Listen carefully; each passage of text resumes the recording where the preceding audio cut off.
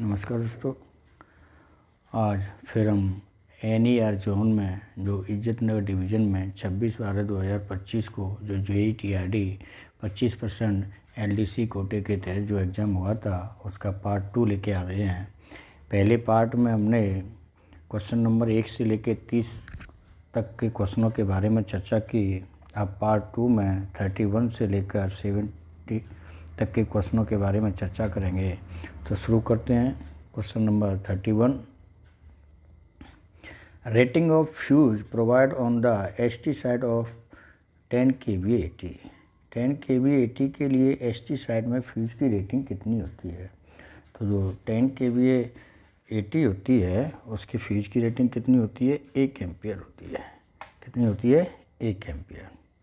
Next question, question number 32, F jumper and C jumper are made from. F jumper और C jumper किस पदार्थ के बने होते हैं? तो जो F जंपर और जो C जंपर होते हैं वो कौन से? एनलीड कॉपर के बने होते हैं। कौन से? एनलीड कॉपर के। और इनका क्रॉस सेक्शन एरिया कितना होता है? 50 स्क्वायर mm। कितना? 50 स्क्वायर mm। और कॉपर कौन सा होता है? पदार्थ कौन सा होता है? Annealed copper. Next question, question number 33,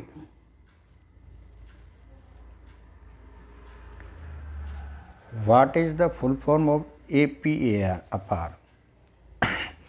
APAR का पूरा रूप क्या है? तो इसका पूरा रूप है एनुअल परफॉर्मेंस अप्रेजल रिपोर्ट, वार्षिक प्रदर्शन मूल्यांकन रिपोर्ट। ऑप्शन नंबर ए। कौन सा होगा? Option number A. Next question, question number 34, full form of CRS। ये मोस्ट है, ज़्यादातर ये भी पूछा जाता है। CRS का फुल फॉर्म क्या है? तो CRS की फुल फॉर्म होती है कमिश्नर ऑफ रेलवे सेफ्टी। कौन सी होती है? Commissioner of railway safety. ये पहले CRS होते थे जब नया किसी सेक्शन में नए इलेक्ट्रिफिकेशन होता था तो उसकी मंजूरी के लिए CRS आता था। अब CRS की जगह अब PCW को नियुक्त किया गया है। तो CRS का अर्थ क्या हुआ? Commissioner of railway safety, railway संरक्षा आयुक्त। Next question, question number 35, in reference to DAR NIP stand. DAR के संबंध में NIP का क्या अर्थ है? तो NIP का क्या अर्थ है? NIP notice of imposition of penalty. Penalty लगाने की सूचना NIP का अर्थ है। क्या होता है NIP का? पेनल्टी लगाने, notice of imposition of penalty. Next question, question number 36, कि what is the main purpose of SF6 gas in SF6CB। जो SF6CB में SF6 गैस का मुख्य उद्देश्य क्या होता है? तो जो CB में जो SF6 आजकल जो CB आती हैं उनमें SF6 गैस होती है तो उसका मुख्य उद्देश्य क्या होता है? Arc quenching. क्या होता है? Arc quenching. Option number D, arc quenching. Next question, question number 37, what is the full form of ACTM। ये क्वेश्चन भी ज़्यादातर एग्जामों पूछा जाता है, चाहे वो टेक्नीशियन का पेपर हो चाहे JEE का पेपर हो। तो ACTM की फुल फॉर्म क्या है? तो ACTM की फुल फॉर्म होती है AC traction manual. Option number B. कौन सी? AC traction manual. AC traction manual. Next question, question number 38, what should be the number plate of OHE structure for upline. Upline के लिए OHE संरचनाओं के संख्या plate क्या होनी चाहिए? तो जो अपलाइन होती हैं वो अपलाइन में अपलाइन जो होती हैं वो अपलाइनों में जो संख्या प्लेटों की जो संख्या होती है वो विषम कौन सी? ऑड नंबर में होती है। जैसे 75/13, 75/15, 75/17। अब ये 75 तो किलोमीटर को दर्शाता है और ये 13, 15, 17 ये मास्ट नंबर को दर्शाते हैं। तो जो अप लाइन में जो प्लेट्स की संख्या होती है वो कौन सी विषम संख्याओं में 1, 3, 5, 7 ऐसे और संख्याओं में होती है। ठीक है, 1, 3, 5, 7 एक जितनी विषम संख्या होती हैं वो अप लाइन में होती हैं और डाउन लाइन में सम संख्या होती है, इवन संख्या। जैसे ये होता है 75/12, 75/14, 75/16, तो ये डाउन लाइन में होती है। Next question number 39।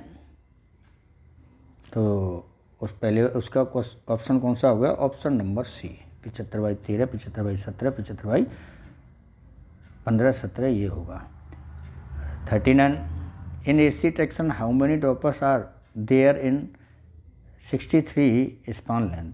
AC traction में 63 मीटर स्पान लेंथ में कितने ड्रॉपर लगेंगे? तो ड्रॉपर मैंने बताया था, ड्रॉपर की जो संख्या निकालते हैं वो n बराबर होता है कि स्पान लेंथ, जितने का स्पान लेंथ है उसमें 9 से डिवाइड करके 1 जोड़ देते हैं। तो 9 से 7, 7 और 1 हो गए 8। तो ड्रॉपर कितने लगेंगे इसमें? 8। कौन से लगेंगे? 8, option number C.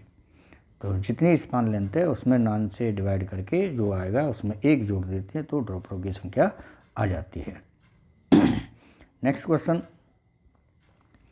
Number 40। Question number 40 an arrangement of OHE over a track where 2 sets of OHE conductors are run parallel to each other for a short distance and provide smooth passage of pantograph is called।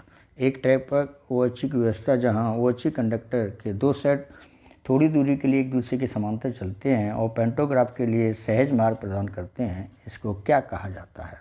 तो इसको क्या कहा जाता है? Overlap. क्या कहा जाता है? ओवरलैप। ओवरलैप में 2 OHE थोड़ी दूर साथ साथ चलती हैं जिनसे पेंटो एक OHE से दूसरी OHE पर आ जाता है। तो ये क्या होता है? Overlap, option number C. Next question number 41 CRIS। CRIS का क्या अर्थ है? तो CRIS का अर्थ है centre for railway information system. ये क्वेश्चन भी मोस्ट है, ज़्यादातर ये क्वेश्चन भी पूछा जाता है फुल फॉर्म में। तो CRIS का क्या होगा? Centre for railway information system, रेल सूचना प्रणाली केंद्र। Next question number 42 at obligatory structure of turnout it is general practice to give encumbrance. Turnout के आवश्यक निर्माण में कितना इनकम्बरेंस देने का प्रावधान होता है? तो ओब्लिगेटरी पे जो मास्ट होता है उस पर टर्नआउट वाली OHE का 1.4 मीटर और मेनलाइन वाली OHE का होता है 0.9 मीटर, मतलब 140 और 90। ऑप्शन नंबर ए कौन सा होगा? ऑप्शन नंबर ए। तो टर्नआउट वाली लोकेशन पर कितना होता है? टर्नआउट का कितना इनकम रख सकते हैं हम? 1.4 मीटर, 1.4 मीटर और मेनलाइन का कितना रखते हैं? 0.9 metre. Next question number 43 differential protection in transformer defect.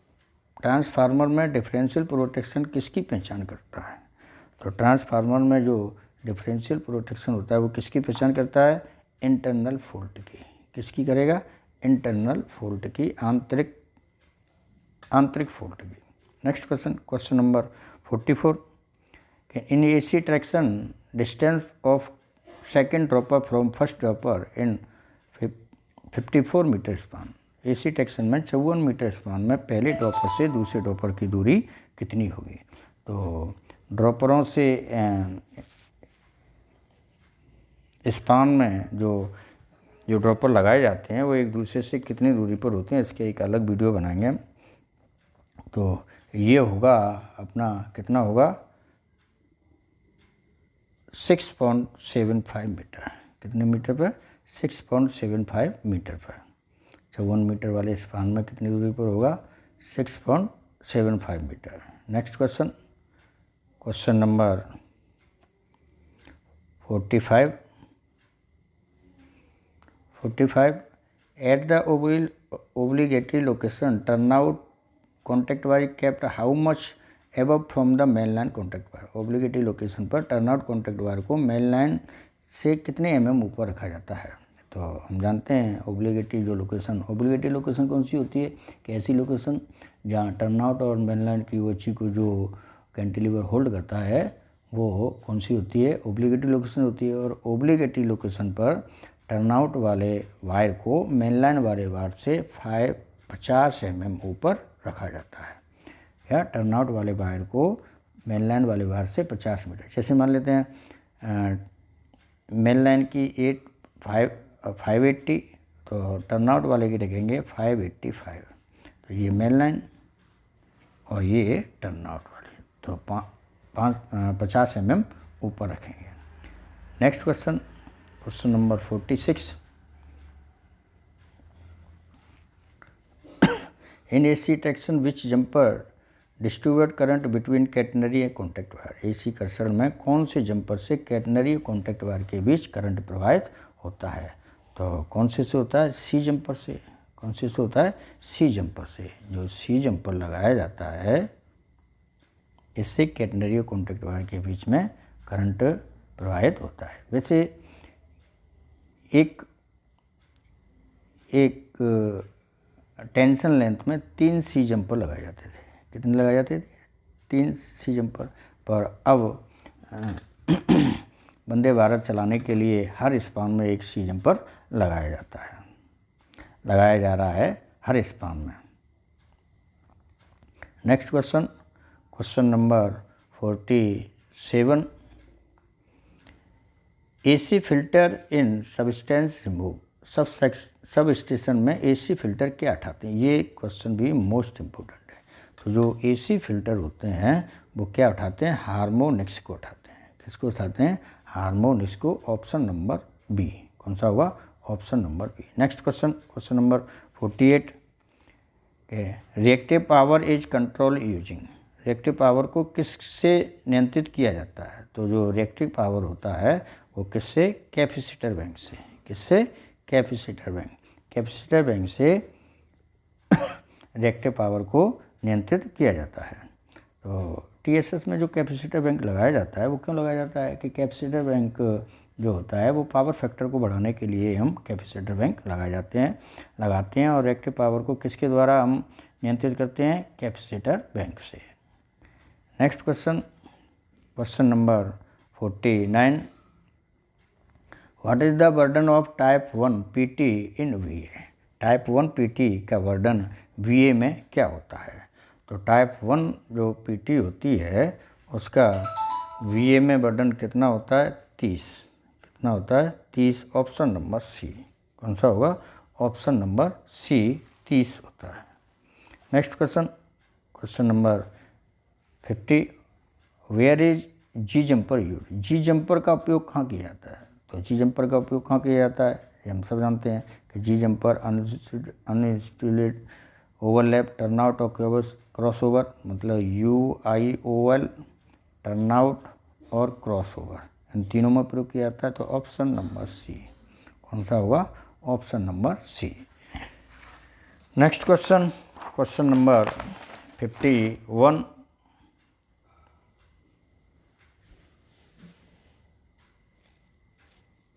Question number 51।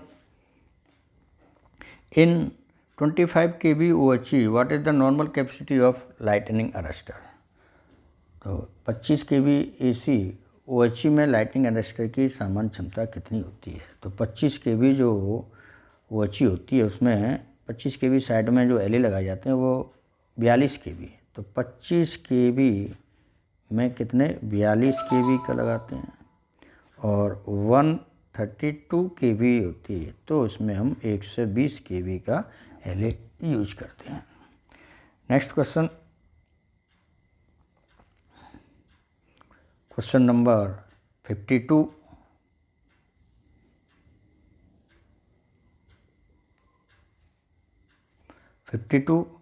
The amendment of mast in foundation should not be less than. नींव में मास्ट का अंतर विस्थापन कम से कम होना चाहिए। तो जो फाउंडेशन होता है उस फाउंडेशन में मास्ट जो नीचे गाढ़ा जाता है वो कितना होता है 1.35 मीटर। कितना होता है 1.35 मीटर। ये जो फाउंडेशन होता है उस फाउंडेशन में जो मास्ट फाउंडेशन से लेके यहाँ तक जो लगाया जाता है वो 1.35 मीटर और रेल लेवल से कितनी दूरी रखते हैं 1.85 मीटर। कितने 1.85 मीटर। तो इसका होगा option number D. Next question, question number 53 कि ratio of cement sand ballast and concrete for mast grouting. Mast grouting के लिए कंक्रीट में सीमेंट, रेत और गिट्टी का अनुपात कितना होता है। तो मास्ट ग्राउटिंग के लिए कितना होता है 1 2 4। कितना होता है option number B 1 2 4। Next question, question number 54 minimum implantation at the obligatory location. Obligatory location पर न्यूनतम इम्प्लांटेशन कितना होता है। तो इसमें ऑप्शन 2.5 2.8 3.4 3.8 4.75। तो वैसे जो इसका होता है ओब्लिगेटरी मास्ट का लोकेशन कितना होता है 3 मीटर। कितना होता है 3 मीटर, क्योंकि इसका ऑप्शन जो दिया है वो 3.4 मीटर दिया है तो ये गलत है। तो जो ओब्लिगेटरी मास्ट होती है उसका न्यूनतम प्लांटेशन कितना होता है 3 मीटर। तो इसका कितना होगा 3 metre. Next question, question number 55 on mainline the difference between two consecutive OHEs span shall not normally exceed. मुख्य लाइन पर दो लगातार ओवरची स्पान का अंतर किससे अधिक नहीं होना चाहिए। तो दो लगातार ओवरची स्पान का अंतर जो है वो कितने मीटर से 18 मीटर से अधिक नहीं होना चाहिए। कितने मीटर, ये क्वेश्चन भी इम्पोर्टेंट है, ज़्यादातर आता है कि दो लगातार ओवरची स्पान हैं उनका जो अंतर होता है वो 18 मीटर से अधिक नहीं होना चाहिए। नेक्स्ट क्वेश्चन, क्वेश्चन नंबर 56 कि maximum permissible contact wire height under on an overline structure VG with C class ODC movement. Overline संरचना वीजी के नीचे सी क्लास ओडीसी मूवमेंट के लिए कॉन्टैक्ट वायर की जो अनुमत ऊंचाई होती है वो कितनी होती है। तो ये होती है 4.92 मीटर। कितनी होगी 4.92 metre. Option number C. Next question, question number 57 permit to work PTW is essential for working on 25 kV AC OHE और near OHE within metre. 25 kV AC OHE पर या OHE के आसपास कितने मीटर के दायरे में काम करने के लिए PTW जरूरी है। तो कितने मीटर के लिए होता है, कितने मीटर के 2 मीटर। 2 मीटर के आसपास हम OHE के हम काम कर रहे हैं तो हमें PTW की आवश्यकता होती है। Next question, question number 58 what should be the minimum height of bus bar on 25 kV side in a TSS। एक TSS में 25 kV साइड की तरफ बस बार की न्यूनतम ऊंचाई कितनी होती है। तो 25 kV बस बार की न्यूनतम ऊंचाई कितनी होती है 3800 mm। 25 kV साइड में कितनी होती है 3800 mm और 132 kV साइड में कितनी होती है 4600 mm। ये क्वेश्चन भी मोस्ट है। Next question, question number 59 what is the minimum short duration electrical clearance required between live OHE part and earth structure. वो लाइव OHE भाग और अर्थ संरचनाओं के बीच न्यूनतम जो शॉर्ट ड्यूरेशन होता है वो कितना होना चाहिए। तो शॉर्ट ड्यूरेशन कितना होता है 200 mm 200 mm शॉर्ट ड्यूरेशन और लॉन्ग ड्यूरेशन कितना होता है 250 mm। Short duration 200 mm, long duration 250 mm। Next question, question number 60 as per ACTM the design wind pressure of green zone corresponding of which value. ACTM के अनुसार green zone के लिए design जो wind pressure होता है वो कितना होता है। तो ग्रीन जोन के लिए जो विंड प्रेशर होता है वो कितना होता है। इसमें तो देखो ऑप्शन नंबर बी दिया है जबकि ये गलत है। ग्रीन जोन के लिए होता है हमारा 75 kgf पर मीटर स्क्वायर ग्रीन के लिए और रेड जोन के लिए होता है 150 kgf पर मीटर स्क्वायर और येलो के लिए होता है 112.5 kgf/मीटर। तो ग्रीन के लिए 75 होगा, और रेड के लिए 150, और येलो के लिए होता है 112.5। तो इसमें जो ऑप्शन है वो गलत है। Next question, question number 61। The standard OHE wire size of isolated jumper. OHE isolated jumper का मानक आकार क्या है? तो जो आइसोलेटर होते हैं उनमें आइसोलेटर जो जंपर यूज किए जाते हैं वो कितने होते हैं? 160 स्क्वायर mm के, 160 स्क्वायर mm के आइसोलेटर जंपर यूज किए जाते हैं। Next question, question number 62। The standard OHE wire is size cross feeder wire. OHE cross feeder wire का मानक आकार क्या है? तो OHE जो क्रॉस फीडर वायर होता है वो होता है 150 स्क्वायर mm। कितना होता है? 150 स्क्वायर mm। आइसोलेटर जंपर का होगा 160 स्क्वायर mm, और क्रॉस फीडर वायर का कितना होता है? 150 square mm। Next question, question number 63। The equipment use for measure insulation resistance. ये भी मोस्ट इम्पोर्टेंट है कि इंसुलेशन रेजिस्टेंस मापने के लिए कौन सा उपकरण प्रयोग होता है? तो IR जो नापते हैं, तो IR के लिए मैगर, किससे नापते हैं? मैगर से। तो option number C. Next question, question number 64। FBM code stand for. FBM का पूर्ण रूप क्या है? तो FBM का पूर्ण रूप होता है फाउंडेशन बेंडिंग मूवमेंट कोड। कौन सा? Foundation bending movement code. Option number A. Next question, question number 65 कि minimum contact wire thickness at yard before replacement. Contact wire को बदलने से पहले यार्ड में इसकी न्यूनतम मोटाई कितनी होनी चाहिए? तो कॉन्टैक्ट वायर से बदलने कितनी होनी चाहिए? 8 mm। कितनी होनी चाहिए? 8 mm। यार्ड में कितनी होती है? 8 mm। और मेन लाइन पर कितनी होती है? 8.25 mm। कितनी? 8.25 mm। यदि कॉन्टैक्ट वायर का व्यास रह जाएगा तो इसको बदल देना चाहिए मेन लाइन पर, और यार्ड में 8 mm रह जाए तो बदल देना चाहिए। Next question, question number 66। Maximum stagger allowed on tangent track. सीधे ट्रैक पर अधिकतम अनुमत स्टेगर कितना होता है? तो सीधे ट्रैक पर कितना होता है? 200 mm। कितना होता है? 200 mm। और कर्व ट्रैक पर कितना होता है? कर्व ट्रैक पर 300 mm। कितना? 300 mm। ये कन्वेंशनल OHE में रखे जाते हैं। कौन से में? कन्वेंशनल। और यही अपने हाई राइज OHE में होते तो टेंजेंट पर 150 mm रखा जाता है, और कर्व में 250 mm रखा जाता है। तो यहाँ कितना होगा? 200 mm।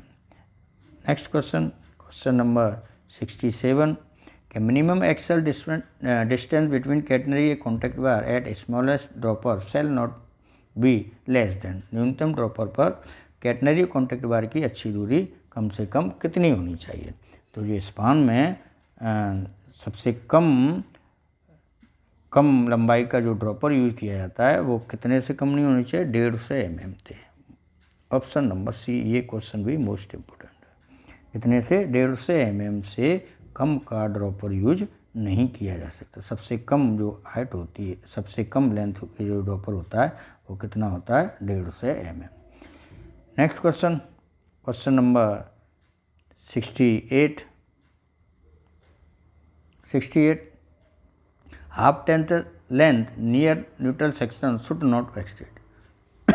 न्यूट्रल सेक्शन के पास हाफ टेंशन लेंथ लंबाई अधिकतम कितनी होनी चाहिए? तो जो हाफ टेंशन लेंथ होती है न्यूट्रल सेक्शन के पास वो कितनी से कम नहीं होनी चाहिए? 600 मीटर।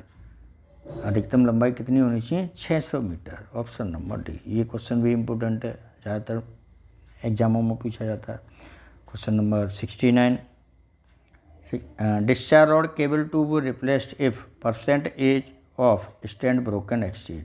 कितना % ब्रोकन स्टैंड अधिक होने पर डिस्चार्ज रॉड केबल को बदल देना चाहिए? तो डिस्चार्ज रॉड के कितना? 20%। यदि डिस्चार्ज रॉड के केबल के स्टैंड टूट गए हैं तो उस डिस्चार्ज रॉड को बदल देना चाहिए। तो ऑप्शन नंबर ए। कितने % पे? 20% पे। Next question, question number 70। The minimum residual thickness of contact wire before replacement of main line. Contact wire को बदलने से पहले मेन लाइन पर न्यूनतम जो कॉन्टैक्ट वायर की मोटाई रहती है वो कितनी रहनी चाहिए? तो मैंने बताया था 8.25। कितनी रहती है? 8.25 mm मेन लाइन पर, और यार्ड में कितनी होती है? 8 mm। कितनी? 8 mm। तो दोस्तों आज फिर हमने NER जोन में जो इज्जत नगर डिवीज़न में JEE-TRD का जो पेपर हुआ था उसके सेकंड पार्ट में क्वेश्चन नंबर 31 से लेकर 70 तक के क्वेश्चनों के बारे में चर्चा की। पार्ट तीसरे में हम 71 से लेकर 110 तक के क्वेश्चनों के बारे में चर्चा करेंगे। आशा करता हूँ ये वीडियो आपको पसंद आया होगा। यदि वीडियो पसंद आया तो मेरे चैनल को लाइक और सब्सक्राइब करें।